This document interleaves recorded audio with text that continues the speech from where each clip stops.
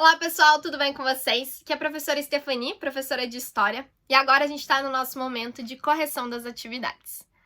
Bom, naquele nosso último vídeo, né, eu pedi para você fazer uma atividade, que era a sessão pesquisa lá da página 23. E nela, estava pedindo para você fazer uma pesquisa de um patrimônio cultural aí do lugar que você vive.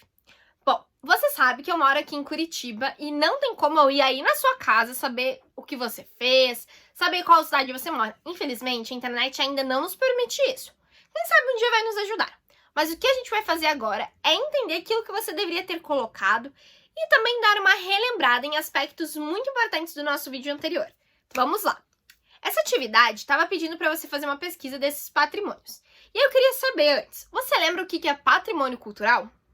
Bom, patrimônio cultural acaba envolvendo a história de um povo, a cultura, a identidade e o modo de viver, ou seja, envolve muitas e muitas coisas. E não envolvem somente os povos que ainda existem no nosso mundo, acaba envolvendo os povos que também já existiram. Porque a gente começa a entender que existem dois tipos de patrimônio, os patrimônios materiais e os patrimônios imateriais. Nos patrimônios materiais, são todas as coisas que a gente consegue meio que tocar, assim, que foram feitas, foram produzidas.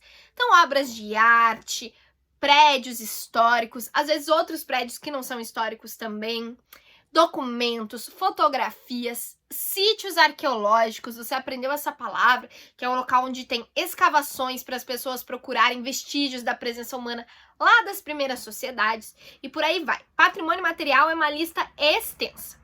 E aí a gente também aprendeu sobre os patrimônios imateriais, que são coisas que são um pouco mais difíceis da gente poder tocar, digamos assim, porque podem envolver receitas, podem envolver festas, danças, pinturas e tantas outras coisas, né? O modo de fazer aquilo é considerado um patrimônio, então, por exemplo, uma receita típica de alguma comida da sua região, não é só a comida que é um patrimônio, o jeito dela ser feita também é um patrimônio que faz parte da história. Então, é importante a gente entender isso, que é uma lista imensa, tanto de patrimônios materiais e de patrimônios imateriais. E aí essa pesquisa, né, tava pedindo para você procurar um patrimônio cultural aí da sua cidade. E qual que era a sua tarefa? Qual que era a sua missão?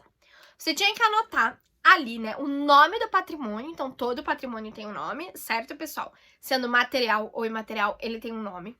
A localização, a cidade e o estado, certo? E o tipo de patrimônio, se é material ou imaterial, a partir de tudo aquilo que você aprendeu no vídeo anterior e que eu falei agora. Então, às vezes, se você confundiu, ainda dá tempo de mudar. E aí, né, quando você pesquisou, você conheceu um pouquinho da história desse local, ou às vezes você quis pesquisar ele por já conhecer, né, porque às vezes a gente passa por esses lugares, a gente frequenta esses lugares. E aí eu tava pedindo, né, para vocês escreverem lá no seu caderno a importância desse patrimônio lá pro passado e para nossa atualidade. Então você tinha que escrever, né, por exemplo, aí você encontrou um prédio histórico que você gostaria de escrever. Qual que é a importância dele? Por que ele é histórico? Por que ele é importante hoje e a gente considera ele um patrimônio? Qual que foi a importância dele lá no passado para hoje em dia ele ser considerado esse patrimônio? Então você tinha que escrever sobre isso, né? Mas vai que você escolheu uma receita, certo? Uma receita típica. Existem várias receitas típicas aqui no nosso país, ou escolheu também uma festa, por exemplo, escolheu o carnaval.